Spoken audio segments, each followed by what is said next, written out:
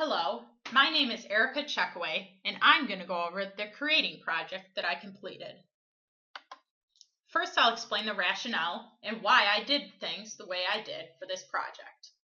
I knew that since I had found positive and negative research on blogging in the classroom, that in order for a blog to have a better chance of being successful, I needed to create a lesson that had a clear purpose for the blog. By creating a science experiment blog, it provides students with flexibility about the topic, but also keeps them in a structured, easy to share setting. My second lesson is using clickers in a training presentation for employees. I knew that I wanted my second lesson to be applicable to my current job as a manager of a corporate auto parts chain. I wanted it to be something realistic and easy to use. I used the clicker back in college at CMU and had a very successful experience with it, so I thought I could create the same atmosphere in my own workplace. Lesson 1. The description of Lesson 1 is that students will be asked to conduct a research experiment on the topic of their choice and post each step on a blog that will be shared with their classmates and teachers to follow and comment on. Students will post on the blog on a daily basis. The technologies and resources involved in the lesson is a blog website. Blogger.com is a good site for students to set up free blogs, and I've used it before for my own personal use. Also, students would need a working computer with internet and would have to be provided for each individual student. The skills, knowledge, and pedagogy that are required of the teachers is, since it's a science lesson, teachers would have to, of course, know the science information. As for the technology, teachers would have to be familiar and comfortable with using computers to share information. They'd also have to be familiar with the site blogger.com so they could help guide students as they use the site to share their experiment information. The prior skills and knowledge that are required of students in Lesson 1 are that students are going to have to be able to know how to set up a scientific experiment. They also need to have the basic reading and writing skills to be able to create blog posts online to share with fellow students. So, what's the product or the process of what students need to do in Lesson 1? Students will be allowed to choose an experiment they want to conduct. They will then create a blog using blogger.com and document on a daily basis how their experiment is formed, developed, implemented, and ended up. They will post on each of the following topics to receive full credit: pre-experiment thoughts and decisions about the topic, pre-experiment research, pre-experiment plan, including step-by-step description of the process that will be done, and a fully developed hypothesis with explanation. Then they'll record their observations and data from their actual experiment, and then they will also report their results and conclusions from their experiment. They'll be advised to include graphs, tables, pictures, and even videos to help support their experiment. They will have to read their classmates' blogs and post at least 2 productive comments a day.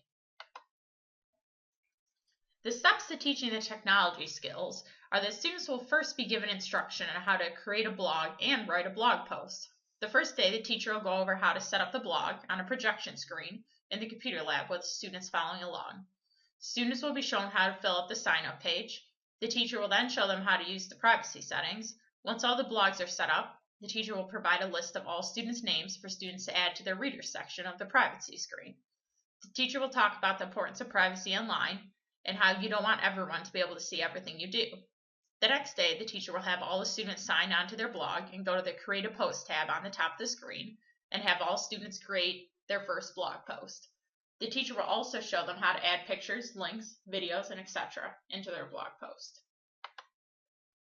The advantages of this project are that blogs make it very easy for students to share their work with a large group of people. Students can share their experiment with their teacher, their fellow classmates, their parents, and whoever else they desire.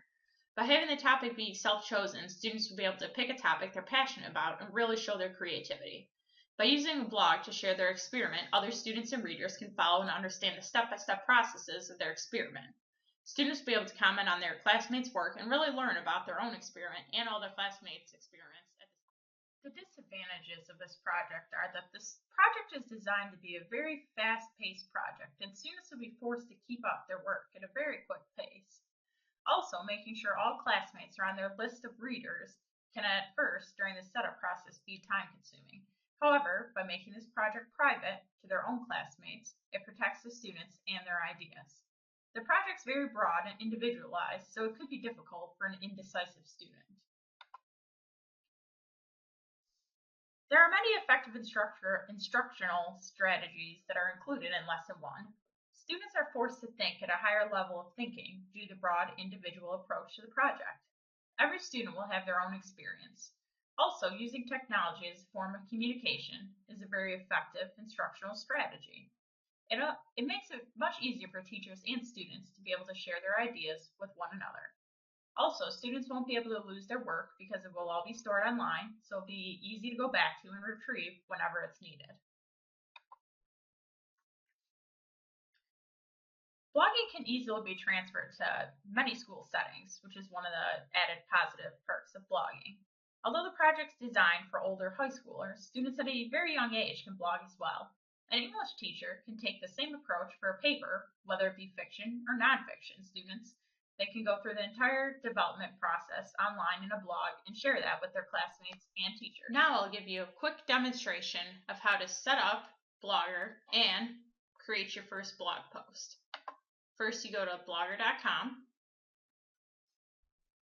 Let me sign out here and show you. When students first come to the site, they'll have to go to the upper right-hand corner and click on Sign Up. They will fill out all the information on the site to create an account. Once their account is created, they're able to sign in using their email.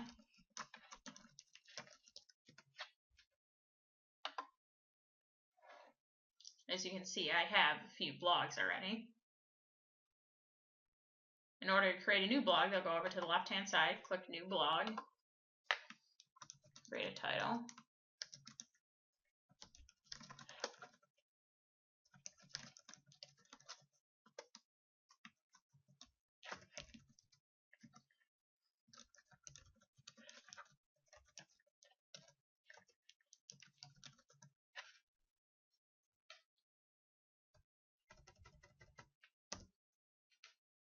Can't have any special symbols in there. Create a fancy title and an address and hit Create Blog. Take a couple minutes for your blog to be created. Then once your blog is created, you can click on the blog. Then, in order to make your first post, just click on New Post. You can do this demonstration on the projection screen for students. They have to come up with their first blog post title.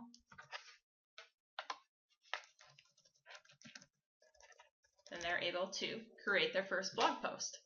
Once they're done, they can hit Publish.